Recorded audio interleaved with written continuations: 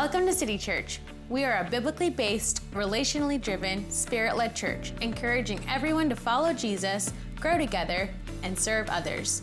We're excited to share this sermon with you today, and you can always find out more about us online at citychurchcville.com. Well, good morning, everyone. Would you stand with me?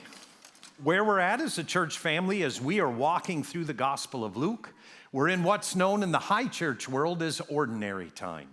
Ordinary time is the Christian calendar that follows after Easter, but comes before Christmas. And so we are now in ordinary time, which talks about what does it look like to follow Jesus. So we're doing that together through the Gospel of Luke. So what we're going to do now is we're going to pray the Lord's Prayer out loud together as we do every time we gather. So let's do that now. This then is how you should pray. Our Father, who is in heaven, hallowed be your name. Your kingdom come, your will be done, on earth in Charlottesville as it is in heaven. Give us this day our daily bread, and forgive us our trespasses, as we forgive those who trespass against us. And lead us not into temptation, but deliver us from the evil one. If you would remain standing, I want to read the biblical story that we're going to look at together this morning from the Gospel of Luke. Luke chapter 10, verses 38 through 42. Here's what the text says. As Jesus and his disciples were on their way, he came to a village where a woman named Martha opened up her home to him. She had a sister called Mary who sat at the Lord's feet listening to what he said. But Martha was distracted by all the preparations that had to be made. She came to him and said, "Lord, don't you care? Lord, don't you care that my sister has left me to do the work by myself? Tell her to help me." "Martha, Martha," the Lord answered, "you are worried and upset about many things, but few things are needed, or indeed only one. Mary has chosen what is better, and it will not be taken away from her." Take the next few moments to give your neighbor a fist bump, high five, hug, or a handshake.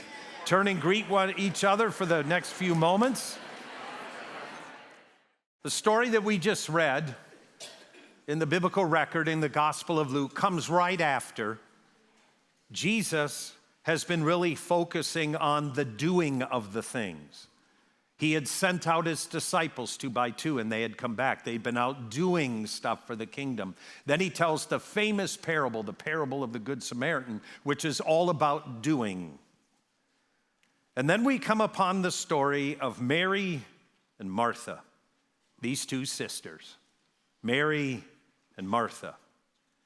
What's interesting to note is that their brother is more famous than them. His name is Lazarus. Lazarus is the one that Jesus raises from the dead. Not only this, but we know from the Gospel of John that they lived in Bethany, which is about 2 miles from Jerusalem. It's highly probable that this becomes a place where Jesus will show up with his disciples to kind of get a brief sabbatical from the storm of Jerusalem. Now, as we look at our story, what we discover is the whole concept of hospitality. Hospitality. In the day of Jesus, as with the Middle East today, hospitality is one of the most important cultural things. Even to this day, in that part of the world, people will open their homes to you and feed you. It's simply how the culture works, and hospitality is an extremely good thing. But what you'll notice in our little biblical record is that the text tells us that Martha was left to do the work by herself while Mary sits. Martha was left to do the work by herself while Mary sits. Truth of it is, that sounds like me and Fran. We'll get up from a meal and Fran will say, "I'm going to do the dishes." In reality, that's an announcement for me too. I don't hear it that way. What I hear is Fran is going to go do the dishes. And Fran will sit in there and do the work while I sit. The truth of it is the story we just read deals very heavily with hospitality. Now, Fran and I are very different when it comes to hospitality as well. What the text tells us and what the story brings to us is the story of two sisters, and they're getting ready for Jesus to come to their place. Now, when we talk about hospitality, Fran and I are very, very different people. If you come to my house, what you will discover is, if you ever come to our house for a meal, there will always be a tablecloth. That's if Fran's in charge. And you want to know why there's always a tablecloth? Because food tastes better on a tablecloth, or so I'm told. Not only that, but when you come to our house, what you will discover is there's always linen napkins. Always. Because Fran says it feels better to wipe your mouth with a napkin. Then there'll be a placemat. Not only that, there will be a plate. Then there'll be a salad bowl. And then there'll be this plate. I have no clue what it even does, but it's always on the table. Then what you'll find is, in our house, there's always a candle. Because Fran's convinced that lighting matters. And so if you ever come to my house for a meal, you're going to find that there is always a lit candle. Always. What else you'll discover is you never drink anything out of a plastic cup. According to Fran, it tastes better when you drink it out of cut glass. And then, of course, there's Pellegrino, because she's Italian. Now, let's talk about my hospitality. If you come to my house, we have a roll of paper towels. If I'm in charge, no plates, everything's disposable. Easily done. And of course, there's paper plates because you don't have to do the dishes later. And we're both drinking out of the same hospitality. Two very different things. This is how Fran does hospitality. Here's why. She's Italian, and she believes how you feel in our home matters. And when things match and things look nice, then you feel very welcome. Me, not so much. As a matter of fact, I watched my wife go through a moral dilemma about 3 weeks ago. There was someone over at our house. He was helping me work around our house. His name is Ryan. He's actually sitting right here. Where's Ryan? I saw you. Hey, Ryan. So Ryan's the heavyweight on the UVA wrestling team. And so I needed some help digging a ditch around the back of my house. And I'm smart enough to know the biggest, strongest guy I can find is the right choice. So I reached out to Ryan, and he helped me dig this trench behind my house. So we're digging basically all day, and Fran has the table literally set up like this inside. Problem is, we're covered in dirt and mud. And the moral dilemma of my wife was, do I let them come into the house and sit at the dining room table, or are they going to sit out on the back porch? Ryan, did you notice how morally conflicted she was? She was like, you're really going to sit back there and eat? She was literally torn. In our story, we see the power of hospitality. Hospitality is a good thing. Martha is in there getting things ready for Jesus. But here's what the text tells us. Martha's concern is with Mary, who sat at the Lord's feet listening to what he said. It's really a fascinating thing. Martha's making sure everything's set, all of the preparations. She looks in and her sister is sitting at Jesus' feet. And here's what she says. Hey, Jesus, tell Mary to get in here and help me. Now, here's what you need to know is going on. It's not so much that Martha's doing this by herself. But the number one phrase that denotes a disciple in the New Testament is this, to sit at Jesus' feet.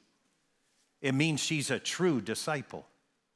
And Martha, as a woman, is looking through the little window in the kitchen, and she sees her sister sitting at Jesus' feet, and she's thinking to herself, culturally, that's wrong. My sister can't sit there. That's a place for men. And so she yells through the door, hey, Jesus, tell my sister to get in her place.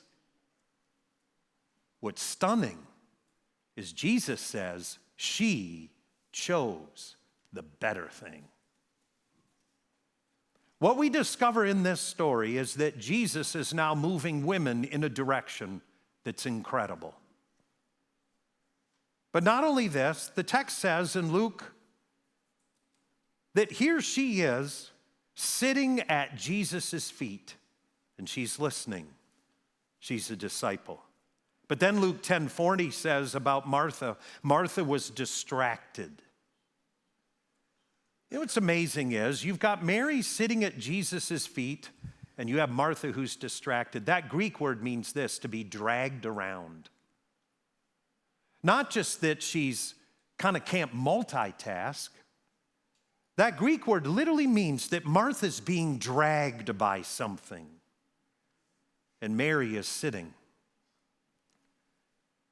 While Martha's being dragged around, Luke 10:39 says Mary, who sat at Jesus' feet, was listening to what he said. In the biblical text, they each get their own verb. It's very intentional. Mary's verb, sat. It's in the imperfect middle voice, meaning she chose intentionally and continued sitting. She made a choice. Mary's verb. Martha's verb, she was distracted. It's the imperfect passive. In other words, she's being dragged around. She's being pulled. She's being controlled. Whereas Mary made a choice. She made a choice. Now, my question to you is, how do you live life? Are you being dragged through life? Are you like Martha, where all of this stuff is so cultural and it's people are telling you what to do and how to believe and what to think? And Martha, the text literally says she's being dragged around. Mary, on the other hand, is decisive. She makes a choice. Martha, it's the imperfect passive. Now, in Luke chapter 10, verse 41, Jesus responds to Martha when she says, hey, you got to tell my sister to get in here and work with me. Jesus, can't you see she doesn't belong at your feet? She's not a disciple, that's for the men. But in Luke 10:41, the text says this, Martha, Martha, the Lord answered, you are worried and upset about many things. Notice in the scripture, he says her name twice, Martha, Martha, and then he lists two things about her. Martha, Martha, two things. Now, the truth of it is that I have had conversations like the one that Jesus is having with Martha. I've had these conversations because I'm married. And my wife will say to me, Pete, when the name gets repeated, you know you're in trouble. Martha, Martha, Pete. But when Fran does that, she'll say, Pete. The first one is usually a compliment because she's softening me up for what's coming next. Pete, you're a really nice guy, but you're in on the couch doing nothing while I'm cleaning up after dinner. In other words, you're a nice guy, but you can also be a real jerk. But when Jesus says to Martha, Martha, Martha, you know two things are coming. But what's interesting to note is that when he tells her what the issues are, they're both negative.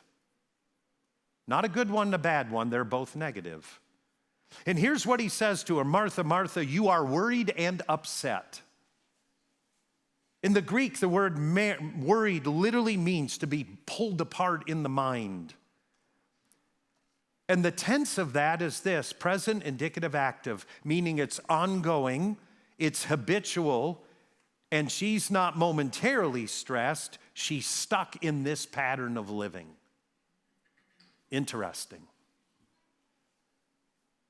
So what we discover is that Martha's this person that's being pulled through life. And not only that, she's worried. And the thing of it is, she's worried all the time. She lives this way. And then he says, you're upset. That's present passive form, which means something's acting upon her. So what we have then is, we've got this woman named Martha. Her mind is being pulled apart. She's being dragged through life. And not only this, all the outside forces are acting upon her. Yes, there's turmoil in her, but it's actually the external stuff that's overcoming her life. My question to you is, how do you move through life? What about you? Do you feel like you're just being dragged through life? Do you feel as though you're just living in a state of being worried and upset? But what's interesting to note is in Luke 10:31, Jesus looks at Mary, looks at Martha, and he makes the following announcement. Mary has chosen what is better, and it will not be taken away from her. Well, what did Mary choose? What Mary chose, and this becomes so key for some of us, Mary chose to let go of a good thing and to lay it down and pick up the better thing. There's a lot of good things in life. But I want you to notice that Jesus very carefully says she chose. In other words, Mary was finally at the place in his presence where she made a choice, and she's sticking with it. While her sister can't make a choice, and she's being dragged around.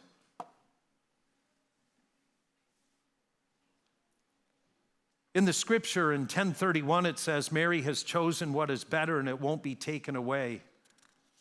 In the Greek where it says Mary chose, it's the aorist tense, which means it's decisive and it's a once-for-all action, not wavering or tentative in choice. It also has the understanding as she made a choice from multiple selections. She made a choice. And the middle voice shows that Mary did this for herself. The reason why I'm focusing on this is that I think some of us go through life and we're constantly like Martha and we're almost never like Mary. We're not making decisive choices. We're kind of being dragged through life. And what I do know is there's this incredible indecisiveness in the world in which we live. It's like we swim in it.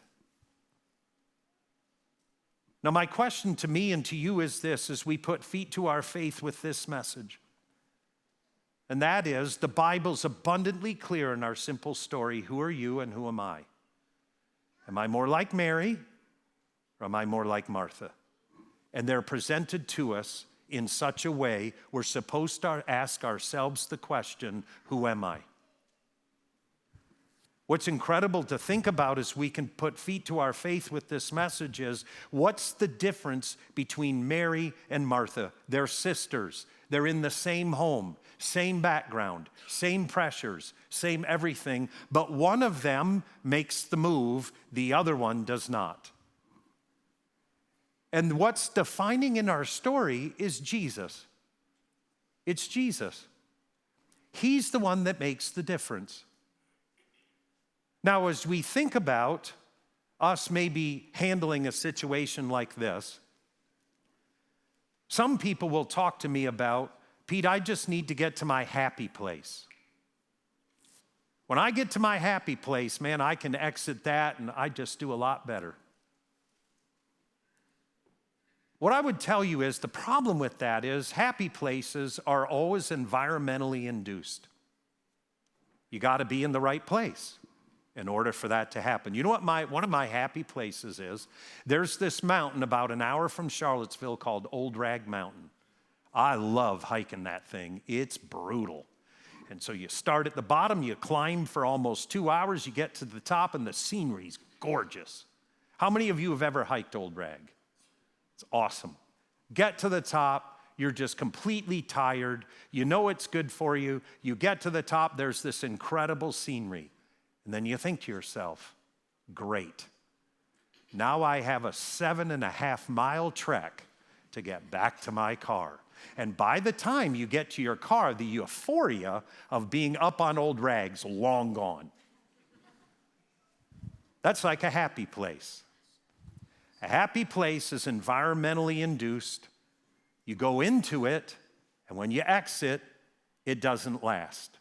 Here's what Jesus says about Mary. What she chose will not be taken from her. It can't be. In other words, there is an incredible difference with spending time with Jesus than there is being in your happy place. Huge difference. Now, some may say, but Pete, how does this work? Very humbly, this is how it works in my life. There are times where I sense that the compass is spinning and things aren't the way they should be. I don't have to go to a cathedral to get a hold of Jesus. As a matter of fact, the beauty of him is he's not environmentally induced. You can meet with him anywhere, at any time, in any place. I felt my compass spinning in a hospital and take a moment to pray and kind of move towards Jesus, and I've sensed that decisiveness and the ability to come out of that spin. I know what it's like to be in relationships where the compass begins to spin. And I've been married long enough to know that if it's spinning, it's usually my fault, not Fran's. But with that admission aside, what I know is I can be there in the midst of that and begin to connect with who Jesus is. This can happen in your dorm room, in a hospital room, in your apartment. This can happen while you're driving, while you're taking a hike. It can happen in your happy place or void of your happy place. But if you were to ask me, how does this transition happen? I have no clue, but I can tell you where it comes from, Jesus. It's found nowhere else. Nowhere else. So this message is kind of a message to kick off the new year. Because what's clear in our story is that Mary had to lay something down in order to pick the greater thing. So wherever you're at with this, and you're sitting here, and I know that some of us are sitting here going, oh man, I am identical to Martha. Well, the text is clear. You become Mary. You become Mary by turning towards Jesus. When you do, he will meet you and he'll touch you. Now, for those of you who are here because your friend's been bugging you to be here, and you finally said yes, and you're not a person of faith, I want to encourage you to check out Jesus. Because in the end, our feet to our faith is simply this: you plus Jesus. That's what does it. You plus Jesus is what does it. Would you stand with me as we close?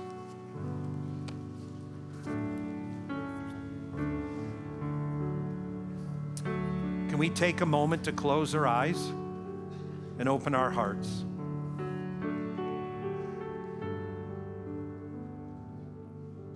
I want to take just a moment to pray over those of us that feel like we're stuck where Martha's stuck. God, I'm asking that in this moment, in this sanctuary as we move towards worship,